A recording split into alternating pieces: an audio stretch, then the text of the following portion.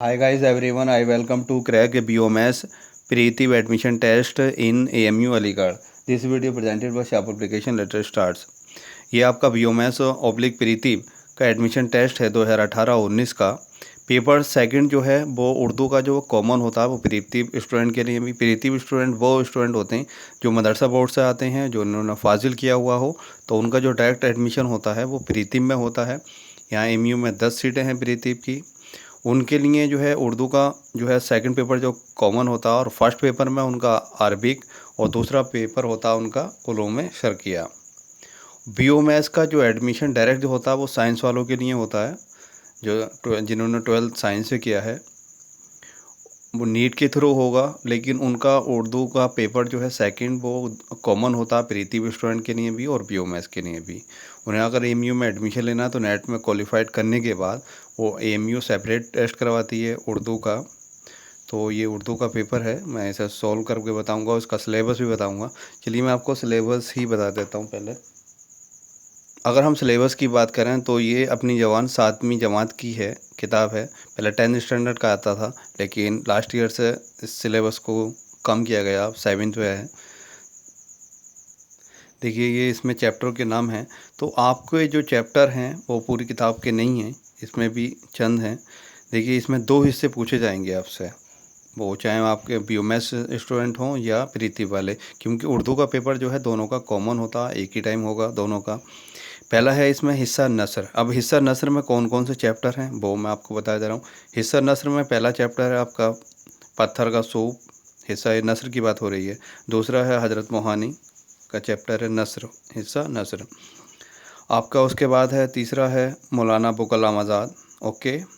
चौथा है 2 गज़ ज़मीन। उसके बाद 5वां चैप्टर है खिलावाज खातून ख़वातीन आदिवासी। छठा चैप्टर है आपका ओलंपिक खेल। 7वां चैप्टर है ख्वाजा कुतुबुद्दीन बेगदार काकी। तो ये आपके कितने चैप्टर हो गए? 8 चैप्टर हो गए। नस्र के कितने हो गए? 8 चैप्टर हो गए आपके।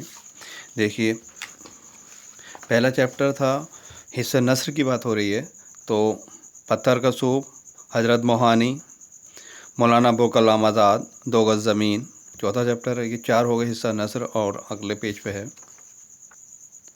खिलावाज ख़वातीन, 5वां चैप्टर आदिवासी। छठा ओलंपिक खेल। 7वां ख्वाजा कुतुबुद्दीन ऐबक बख्तियार काकी। तो ये कितने चैप्टर हो गए? 8 हो गए। अब हिस्सा नज़्म की बात करते हैं, तो हिस्सा नज़्म आपके 3 चैप्टर रहेंगे।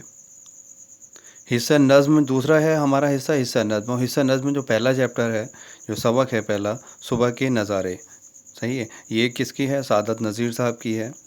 देखिए इसमें वो क्वेश्चन पूछा भी है, नज़्म सुबह के नज़ारे, ये 2018-19 का पेपर है, ओके।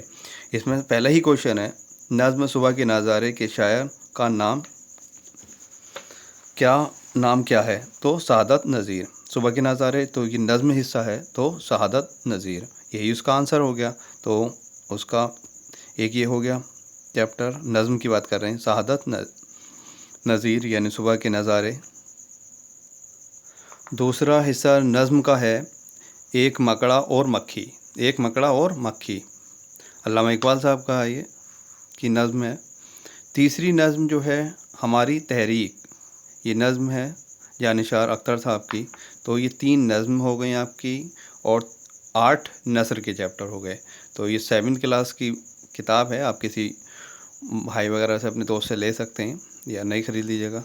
और वरना यह मैं चैप्टर में कंप्लीट करा दूँगा, कमेंट्स बॉक्स में मुझे लिख दीजिएगा, तो मैं चैप्टर वाइज करवा दूँगा ये, क्योंकि मुझे वैसे भी ख़त्म करनी है ये 7th क्लास के स्टूडेंट के लिए।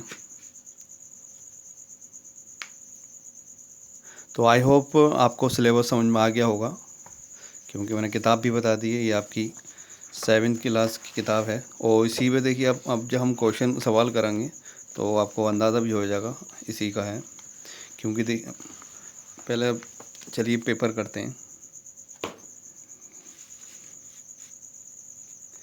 इसमें जो है आपके 3 हिस्से किए गए हैं, 2 घंटे का रहेगा ये, 2 आवर्स का, 60 मार्क्स का है। आपको जो है इसमें चाहे आपके BOMS हो या प्रीति स्टूडेंट हों, आपको पासिंग मार्क्स नंबर लाने, यानी 30% आपको स्कोर करना है इसमें। ओके, तो ज़्यादा फिक्र करने वाली कोई बात नहीं है, सिर्फ आपको 30% मार्क्स लाने हैं। ओके, तो आपको सिर्फ 18 मार्क्स लाने हैं, यानी 30% जो मार्क्स होंगे वो कितने हो जाएंगे, 18 मार्क्स। कितने आपको लाने, कम से कम 18 मार्क्स लाने हैं। ओके, तो इतना बड़ा टास्क नहीं है आपके लिए, चाहे वो बीओएमएस स्टूडेंट हों या प्रीति स्टूडेंट हों। ओके, आपके ग्रुप में इसमें 3 हैं, ये हम 19 का पेपर सॉल्व कर रहे हैं। हिस्सा अलिफ जो है, इसमें असल में 1 या 2 लफ्ज़ों में ही आंसर आपको देना है। पहला है नज़्म, सुबह के शायर का क्या नाम है, यानी सुबह के नज़ारे के शायर कौन हैं, तो सादत नज़ीर साहब हैं, मैंने अभी बताया था। दूसरा है पत्थर का सूप किस मुल्क की कहानी है। देखिए, हमारा पत्थर का सूप जो पहले ही चैप्टर है सबक में, हिस्सा नस्र, उसी का सवाल आ गया। ओके,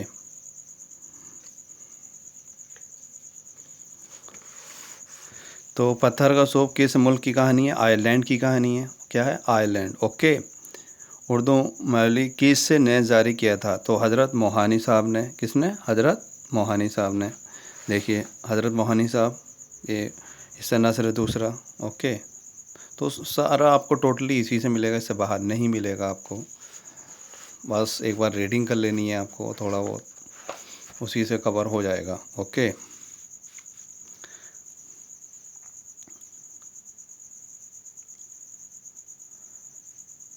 चौथा क्वेश्चन है हमारा, पहला ओलंपिक खेल कहाँ शुरू हुआ, तो यूनान में शुरू हुआ। ओके, हर कोई जानता है। नजूम कौन था, तो नजूम नस्र के हिसाब से इसमें क्या था, एक किसान था। ओके, आप पढ़ेंगे तो पूरा पता चल जाएगा। पत्थर का सूप में सूप से क्या मुराद है, यानी पत्थर का जो सूप बनाया था उससे क्या मुराद है, तो चालाकी से है। कैसे है, क्योंकि बूढ़े ने क्या है, बावर्ची के साथ चालाकी, क्यों, वैसे तो मना कर रहा था वो खिलाने के लिए, उसने भी चालाकी से क्या है, पूरा खाना बना लिया और उसे पत्थर का सूप उसे नाम दिया। बहुत इंटरेस्टेड कहानी है।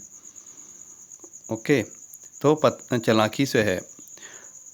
नेक्स्ट क्वेश्चन है, ओलंपिक का मोटो किस ज़बान में है, लातीनी ज़बान में है, यानी लातीनी ज़बान में है। 8वां सवाल है हमारा, एक मकड़ा और मक्खी किस की लिखी हुई है, किसकी लिखी हुई है, अल्लामा इकबाल साहब की है, तो इकबाल साहब। ओके, नेक्स्ट क्वेश्चन है 9 हमारा, नज़्म एक मकड़ा और मक्खी में, मक्खी मोनिस है या मुज़क्कर, तहरीर कीजिए। देखिए, मोनिस को कहते हैं फीमेल को। ओके, मुज़क्कर मेल, तो मक्खी क्या होगी, मक्खी आपको मोनिस ही होगी, तो क्या होगी, मोनिस होगी। ओके, क्योंकि मुज़क्कर तो होगा नहीं, वो मोनिस ही होगी, तो क्या होगी, मक्खी मोनिस होगी। ओके, 2 गज़ ज़मीन किस सिर्फ अदब से मुतल्लिक तहरीर है, तो आलमी सूरत से।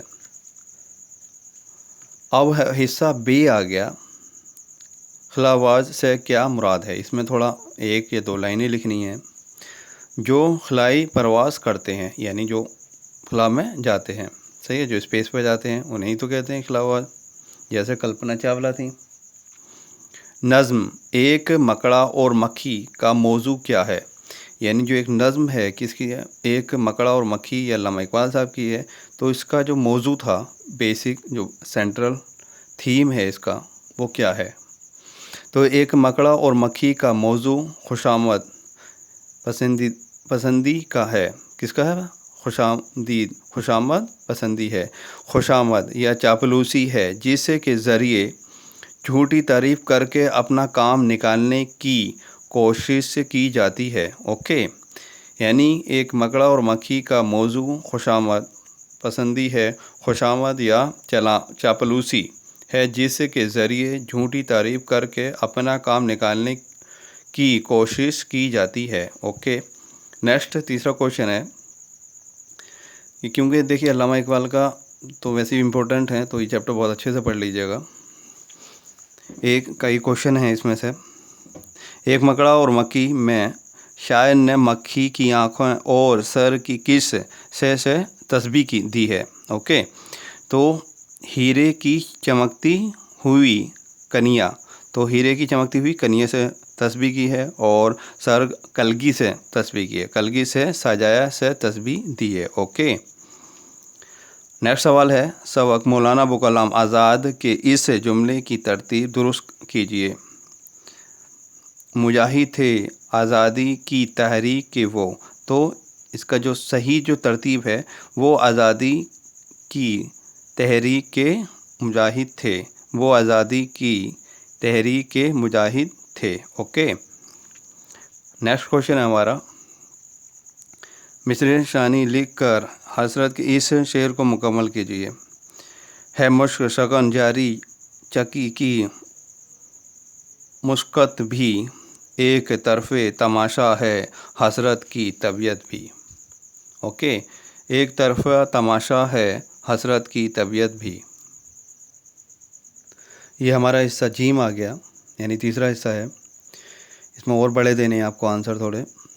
हिंदुस्तान के पहले वज़ीर तालीम यानी एजुकेशन जो मिनिस्टर थे अबू कलाम आज़ाद साहब थे, मौलाना अबू कलाम आज़ाद ने हिंदुस्तान में तहज़ीब व सक़ाफ़त की तरक्की के लिए किस किस्म की कोशिश की, तो किस किस्म की कोशिश की? जवाब, तो मौलाना ने मुल्क की तलीमी निज़ाम का तफसीली जायज़ा लेने के लिए कई कमीशन कायम किए, यानी तफसीली क्या क्या ज़रूरत है, किस तरह की एजुकेशन स्टार्टिंग होनी चाहिए, तो उसके लिए क्या कमीशन कायम किए, क्योंकि एजुकेशन मिनिस्टर थे, फर्स्ट एजुकेशन मिनिस्टर।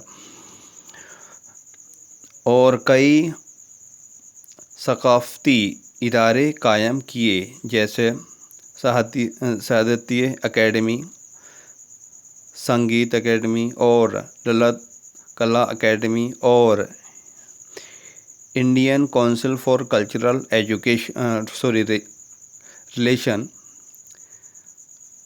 और Indian council for cultural regulation ICCR कायम किया है। ये कब किया था? 1950 में। ओके, तो ये इनकी खिदमत थी। नेक्स्ट सवाल है, इकबाल की निज़ाम एक मकड़ा और मक्खी में क्या पैगाम दिया गया है, तहरीर कीजिए। इकबाल ने इस नज़म में बड़ी खूबी से खुशामद पसंदी के निज़ाम से आगाह किया है, यानी आजकल जो क्या है चापलूसी करे जा रहे हैं और उसमें क्वालिटी है नहीं है, जो क्वालिटी बंदा और अगर उसके अंदर ही चापलूसी नहीं है तो वो क्या है, पीछे हट रहा।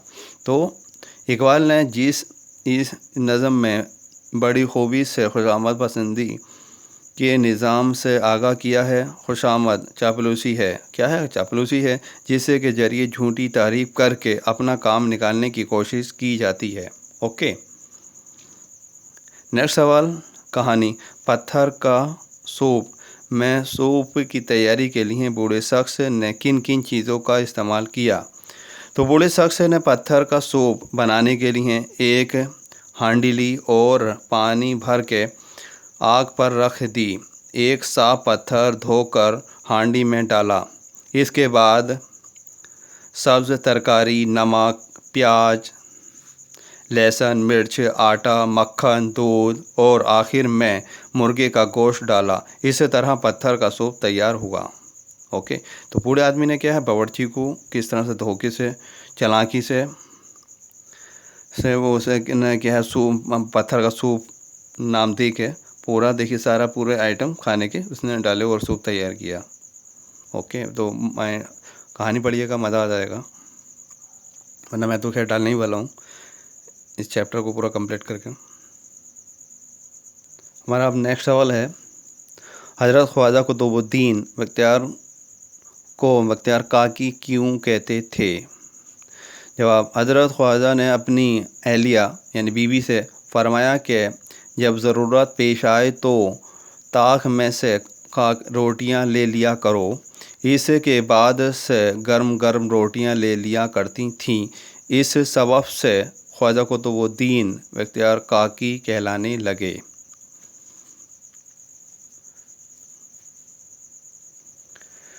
लास्ट सवाल है हमारा फिफ्थ, नज़्म सुबह के नज़ारे के इन शेरों की तरतीब दुरुस्त कीजिए। ओके, सुबह के नज़ारे तो ये थोड़ा सा पढ़ लीजिएगा जो कि याद से हो जाए, तो क्योंकि तरतीब हम तभी दुरुस्त कर पाएंगे।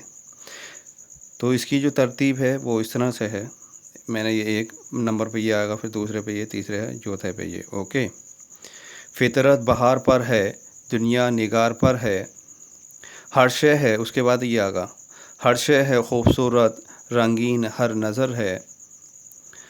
उसके बाद तीसरा ये है, सच पूछिए तो मंज़र कैसे हैं प्यारे प्यारे, देते हैं लुफ्त क्या क्या ये सुबह के नज़ारे।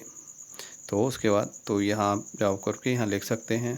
Thank you for watching this video. अगर आपको कोई भी डाउट हो, कोई भी कुछ पूछना हो बीओएमएस और प्रीति से रिलेटेड, तो आप कमेंट्स बॉक्स में अपना कमेंट्स कर सकते हैं। प्लीज़ यार मेरी वीडियो को सब्सक्राइब कर दीजिएगा और शेयर कर दीजिएगा। Thank you for watching this video.